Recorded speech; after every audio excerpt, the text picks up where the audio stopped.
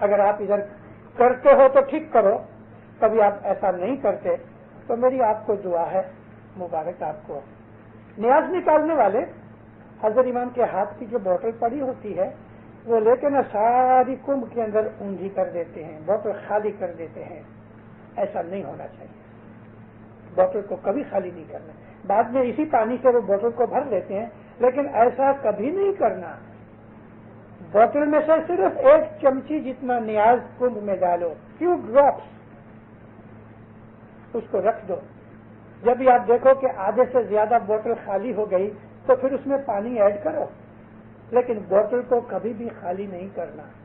تو رسول اکرم فرماتے ہیں کہ دیکھو اس میں جب پانی گھٹ جائے گرمی کی وجہ سے تو پانی ملاتے رہنا، اس کے اندر جو روحانی طاقت ہے وہ کم نہیں ہوگی۔ تو اس نیاز سے حضور نے اس کو پینے کے لیے بھی کہا اور کہا کہ تم اپنے چرچ میں اس کو چھانٹا دے کے اس کو مسجد بناؤ۔ انس بن مالک بیمار پڑ گیا تو نبی اس کے گھر گئے، اس کو چھانٹا دیا سینہ کھول کے، اور اس چھانٹے سے وہ اچھا ہو گیا۔ یہ چھانٹا ہم نے ہندوؤں سے نہیں سیکھا، رسول محمد رسول اللہ سے سیکھا۔ یہ نیاز ہم نے ہندوؤں سے نہیں سیکھا، رسول محمد رسول اللہ سے سیکھا۔ یہ نیاز ہم نے ہندوؤں سے نہیں سیکھا، ہم نے محمد رسول اللہ سے سیکھا۔ کون سی چیز ہے ہمارے اندر ہندوؤں کی؟ کوئی کہے تو صحیح مجھے۔ میں خود ہندو تھا زمانے کے اندر، یعنی میری پیدائش سے تھوڑا پہلے میرے ابا جو تھے ہندو تھے ظاہر کھانے، لیکن ہم 900 برس سے اس شمس کے زمانے سے اسماعیلی ہیں۔ ہمارے مذہب میں کوئی دوسری چیز نہیں ہے۔ ہمارا مذہب جو ہے یہ نبیوں کا مذہب، پیور مذہب ہے۔ ہماری ہر چیز کے اندر کچھ سگنیفیکینس ہے۔ نیاز کی پیالیاں 3 ہونی چاہیے، 2 بھی نہیں، 4 بھی نہیں۔ تو اس کی بھی کچھ وجہ ہے، میں سب ایکسپلینیشن نہیں دے سکتا آج۔ نیاز کی پیالیاں 3 ہی ہونی چاہیے، اور نیاز نکالنے والے کو 3 پیالیاں بھرنی چاہیے۔ کچھ ایسا بھی ادھر میں نے دیکھا کینیڈا کے اندر کہ بعض منڈلیوں کے اندر وہ جو سیرا بنا کے لاتے ہیں، کھیر کھنڈ گرت امرت بھوجن، امرت تو ڈالتے ہی نہیں، اس لیے وہ سکریت نہیں بنتی، یعنی سیرے میں نیاز نہیں ڈالی جاتی بعض منڈلیوں کے اندر۔ میں نے ان لوگوں کا دھیان کھینچا کہ یہ کیا غضب کرتے ہو، کیا مکھی کامڑیا کی یہ ستا ہے کہ وہ مذہب میں جو چاہے پھیر پھار کر دے رہے؟ تو مکھی نے کہا مشنری صاحب یہ جو سکریت ہے تو لوگ یہ منڈلی کی سکریت باہر لے جاتے ہیں۔ تو میں نے بولا کیا ہوا، اناؤنس کر دو کہ لا میرا کوئی بھی یہ منڈلی کا نیاز اور سکریت باہر مت لے کے جاؤ، پھر بھی اگر کوئی لے جاتا ہے تو مکھی کامڑیا چھوٹ گئے، وہ گناہگار ہے۔ مگر ایسا کوئی بھی ہوگا؟ ایک بہت بڑی اپنے مذہب کی پرتھا چھوڑ دی ہم نے۔ سکریت میں نیاز ڈالنا چاہیے، یعنی سرے میں نیاز ڈالنا چاہیے کہ جو سکریت بنتی ہے، وگرنہ وہ سکریت ہے ہی نہیں۔ بہت سی جگہوں کے اوپر سکریت بچ جاتی ہے تو لوگ ناندی کر دیتے ہیں۔ تو میں نے مکھی صاحب کو پوچھا، میں بولا مکھی صاحب تھوڑا سا نیاز بچ گیا، ذرا ناندی کر دو۔ تو کہتے ہیں مشنری صاحب نیاز کی ناندی کیسے ہو سکتی ہے؟ تو میں نے کہا سکریت کی ناندی کیسے ہو سکتی ہے؟ سکریت میں تو نیاز ہے نا، تم سیرے کی ناندی بھلے کرو مگر وہ سکریت میں جو نیاز ڈالا ہے اس کی ناندی کر کو کرتے ہو؟ تو نے اس دن سے بند کیا، سکریت بچ جائے تو بانٹ دو یا تھوڑی بناؤ، تھوڑی تھوڑی دو، لیکن پھر بھی اگر بچ جائے کھا جاؤ، اس کی ناندی نہیں ہوتی، امی جل کی ناندی نہیں ہوتی، نور کی ناندی نہیں ہوتی، اور پیروں نے نیاز کو نور کہا ہے جو سکریت میں ڈالا گیا ہے۔ تو یہ چیزیں کوئی ہندوؤں میں نہیں ہے۔ گٹھ پاٹ نیاز بھی صدردین نے ایک دعا بنائی تھی۔ اب میں جو 50 برس سے زیادہ کی عمر کے لوگ ہیں انہوں نے وہ سب دیکھا ہوگا، 21-22 پاٹ کی دعا تھی، جس میں عربی فارسی بھی تھی، سنسکرت بھی تھی۔ اس دعا کے اندر پیر صدردین نے کمال کر دیا۔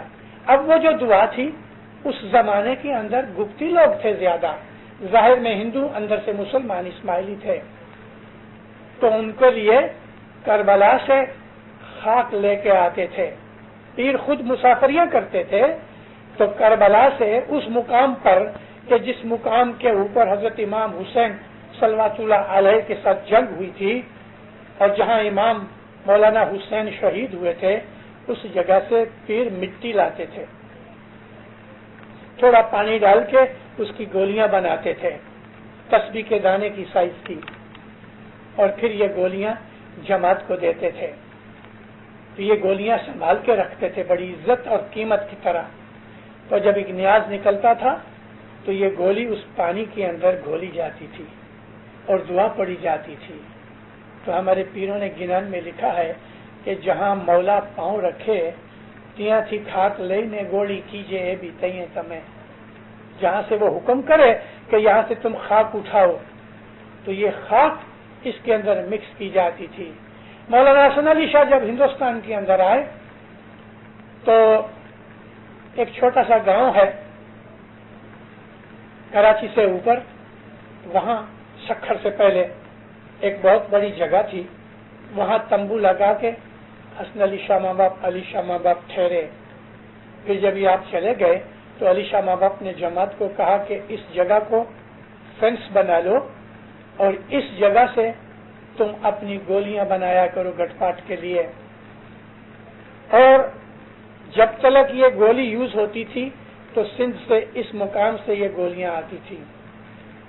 آج بھی وہ مقام ہے، فینس ڈالی ہوئی ہے، مگر پھر امام سلطان محمد شاہ نے حکم کر دیا کہ وقت بہت لگ جاتا ہے، زمانہ بدل رہا ہے، تم گولی کی جو کریا کرنے جاؤ گے تو دعا میں 20 منٹ لگتے تھے اور پھر 5-10 منٹ کی دوسری دعا ہوتی تھی، اس میں 25 منٹ کی دعا ہو جاتی تھی۔ مولا فرمایا میں تم کو نیاز بنا کے دیتا ہوں، گٹ پاٹ کی کریا کرتے وقت تم چالو دعا پڑھو اور دعا کے اندر جب تسبیح آتی ہے تو تسبیح کے بعد تم میرے ہاتھ کا نیاز پانی میں ڈالو، یہ تمہارا نیاز۔ باقی کی دعائیں ہم نے سب ڈسکارڈ کر ڈالی۔ اس جنانوں کے اندر، اس دعاؤں کے اندر بڑے بڑے فلسفیکل راز اور بھید چھپائے پیر نے۔ الحمدللہ میں نے گٹ پاٹ کی دعا کا ٹرانسلیشن کیا ہے، اور جب 2-4 آدمیوں کے پاس جو یونیورسٹیوں میں پڑھتے اور پڑھاتے ہیں، جب میں نے پیش کیا تو تب ان کی آنکھیں کھلیں کہ یہ اس کے اندر مزے ہیں۔ تو مومنو، یہ جو ہمارے مذہب کی کریا کرم ہے اس میں سگنیفیکینس ہے۔ سکریت ایک سمبولک فارم ہے۔ پیر کہتے ہیں کہ یہ سمبولک فارم کو تم اختیار کرو۔ نبی کے زمانے کے اندر سیرا نہیں پکتا تھا، لیکن میں نے آپ کو عرض کی کہ یہ کھجور لیتے تھے یا کبھی کبھی ریزنس لیتے تھے، سوکھی دراکش لیتے تھے، اس کو مسل کے اس کا وہ بنا دیتے تھے آٹے کی طرح، تو پھر وہ سیرے کی طرح ہو جاتا تھا، وہ دیا کرتے تھے۔ ہندوستان کے اندر یہ سکریت تینوں کے کہنے سے چلی۔ اس میں کھیر ہے یعنی دودھ ہے، کھنڈ ہے میٹھا کرنے کے لیے، گھی ہے جس کو گرت کہتے ہیں، اور بھوجن ہے جو آٹا کا یا روا ہوتا ہے، اس کا ہم سیرا بناتے ہیں اور پھر اس میں امرت ڈالتے ہیں یعنی نیاز ڈالتے ہیں، تو یہ سکریت بنتی ہے۔ سمبولک سگنیفیکینس اور حقیقت یہ ہے کہ پیر کہتے ہیں کہ جب بھی تم سکریت کھاؤ نا تو تم کو یہ یاد رہنا چاہیے کہ یہ سکریت کے 5 انگریڈینٹس ہیں۔ دودھ کی طرح تم سفید بنو یعنی پاک بنو، تمہارے دل میں کوئی میل، حسد، کینہ، اگس، ہیٹریٹ کچھ نہیں ہونا چاہیے۔ کھنڈ کی طرح میٹھے بنو جو سب کو پسند ہے۔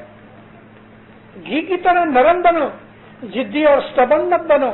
ٹھنڈی کے اندر جو گھی ہے وہ جم جاتا ہے، لیکن اس کو تھوڑی سی بھی وارمتھ دے دو گے تو وہ پگھل جائے گا۔ اس طرح سافٹ بنو گھی کی طرح۔ اور بھوجن ہے یعنی آٹا، آٹے کے اندر کیا ہے؟ سیوا بھاونا ہے۔ آٹا خود جل جاتا ہے لیکن ہمارا پیٹ پالتا ہے، یہ سیوا کی نشانی ہے۔ اس کے اوپر سے ہمیشہ سے جب تک ہمارا مذہب چلتا آتا ہے، ہزاروں سال سے، ہم اسماعیلیوں کے اندر دنیا کے تمام مذہبوں سے زیادہ سیوا بھاونا ہے۔ یہ جو والنٹیئر سیوا ہم دیتے ہیں، راضی خوشی سے امام کو راضی کرنے کے لیے سیوا دیتے ہیں، اور یہی سیوا کا جو تھیم ہے وہ 5 بار سال اور لائف ڈیڈیکیشن یہ منڈلیوں مجلسوں کا ہے۔ اس کے پیچھے سیوا ہے۔ سیوا یعنی یہ کہ میں امام کی کوئی خدمت کروں، میں جماعت کے کچھ کام آؤں، میں جماعت کی کچھ سیوا کروں، یہ خدمت کرنے میں تکلیف بھی ہوتی ہے، بے عزتی بھی ہوتی ہے. سیوا کرتے وقت کبھی کبھی کوئی دوسرا آدمی ہم کو گالی بھی نکال جاتا ہے. سیوا کرتے کرتے ہم کو کبھی کبھی کھیسے کے پیسے بھی یوز کرنے پڑتے ہیں. تو پھر کہتی ہے سکریت میں ایک چیز ہے جس کو ہم آٹا کہتے ہیں، روا کہتے ہیں، بھوجن کہتے ہیں. بھوجن خود جل کے ہمارا پیٹ پالتا ہے. ہم بھوجن میں پانی ڈالتے ہیں اور توے کے اوپر اس کی روٹی بناتے ہیں، اور یا گھی کے اندر ہم روا بھونتے ہیں تو روا بیچارہ جل جاتا ہے، اپنا رنگ بدل دیتا ہے، براؤن ہو جاتا ہے. کبھی روٹی ہوتی ہے تو بعض جگہ روٹی کالی بھی ہو جاتی ہے، لیکن ہمارا پیٹ پالتی ہے. مومن کی یہ نشانی ہے کہ وہ دوسرے مومن کی خدمت کرے، امام کے گھر کی خدمت کرے، جماعت کی خدمت کرے، اور اس خدمت کے اندر یوزفل بنے. اس میں اس کو دکھ بھی پڑے نا تو بھی اٹھا لے وہ راضی خوشی سے، لیکن دوسروں کا پیٹ پالے، کسی نہ کسی طریقے سے مدد کرے. اور امرت جو یعنی نیاز ڈالتے ہیں سکریت میں، وہ تو آپ کو پتا ہی ہے، اس کی سمبل یہ ہے کہ ہم کو دل میں ظاہر باطن میں نور جیسی تقدس ملے، یعنی ڈیوینٹی ملے. یہ ہے وہ 5 انگریڈینٹس سکریت کے کہ جس کے پیچھے اتنی بڑی فلسفی رکھی گئی.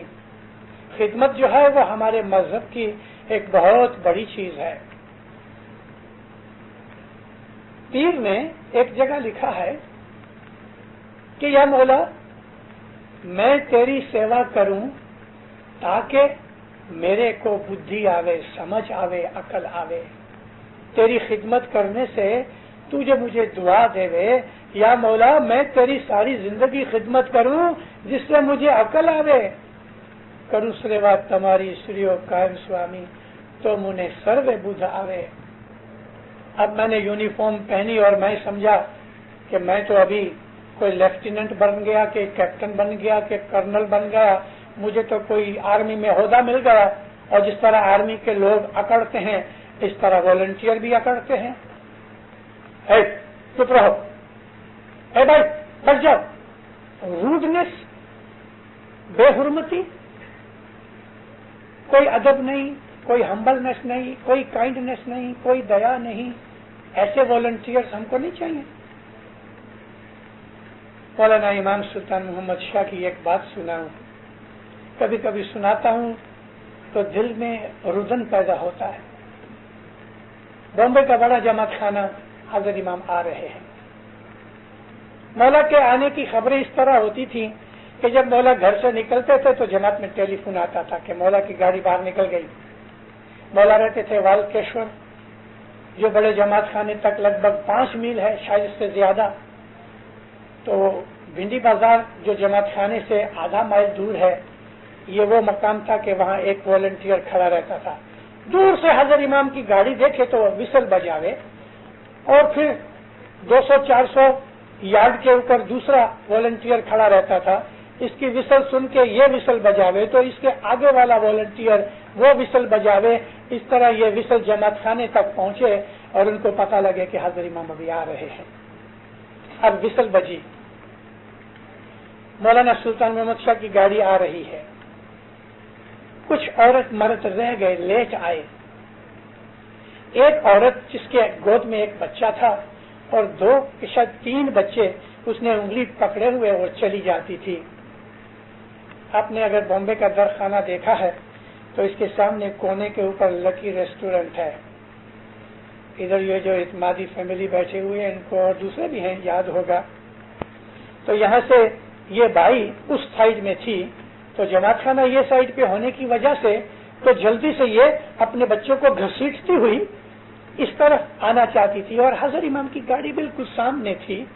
ایک والنٹیئر جو ڈیوٹی پہ تھا نا، اس نے اس عورت کا بازو پکڑا اور ایسا گھسیٹا زور سے کہ بچے بھی گر گئے، عورت بھی گر گئی.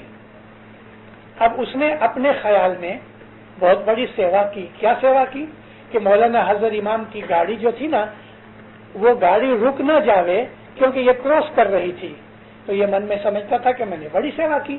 عورت کو جو کھینچا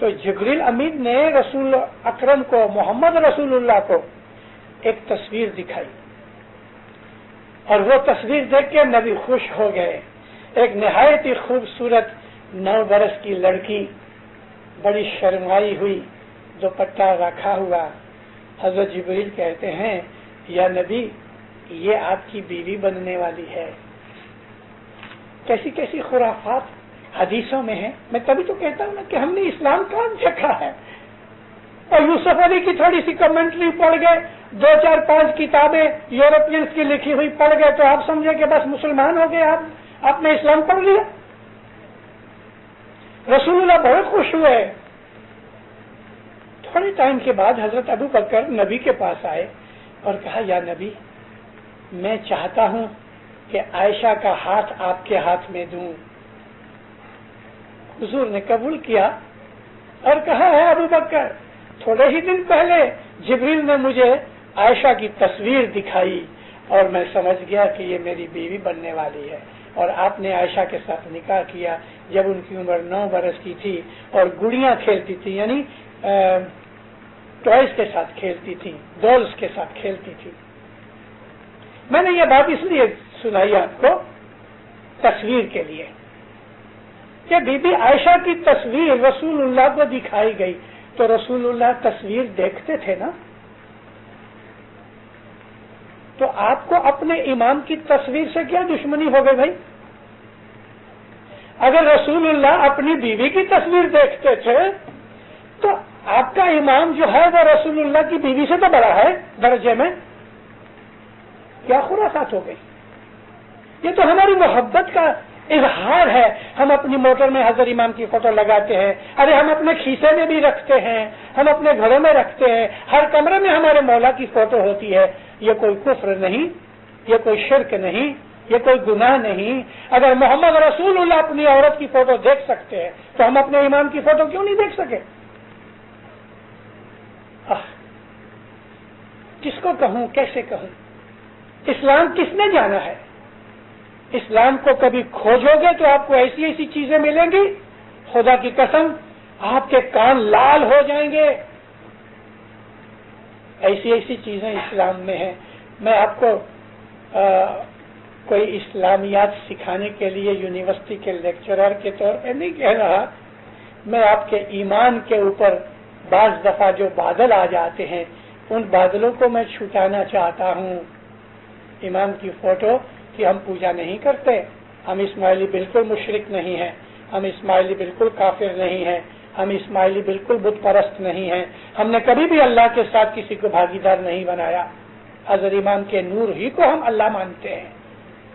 اگر ایک آدمی اچھی عبادت کر کے نیک کام کر کے مرنے کے بعد خدا کے نور میں واصل بحق ہو سکتا ہے کہ جیسے مسلمانوں کے ہزاروں آدمی ہوئے، ان کے بڑے بڑے اولیاء، بڑے بڑے شیخ وہ گزر جاتے ہیں تو کہتے ہیں واصل بحق ہوئے.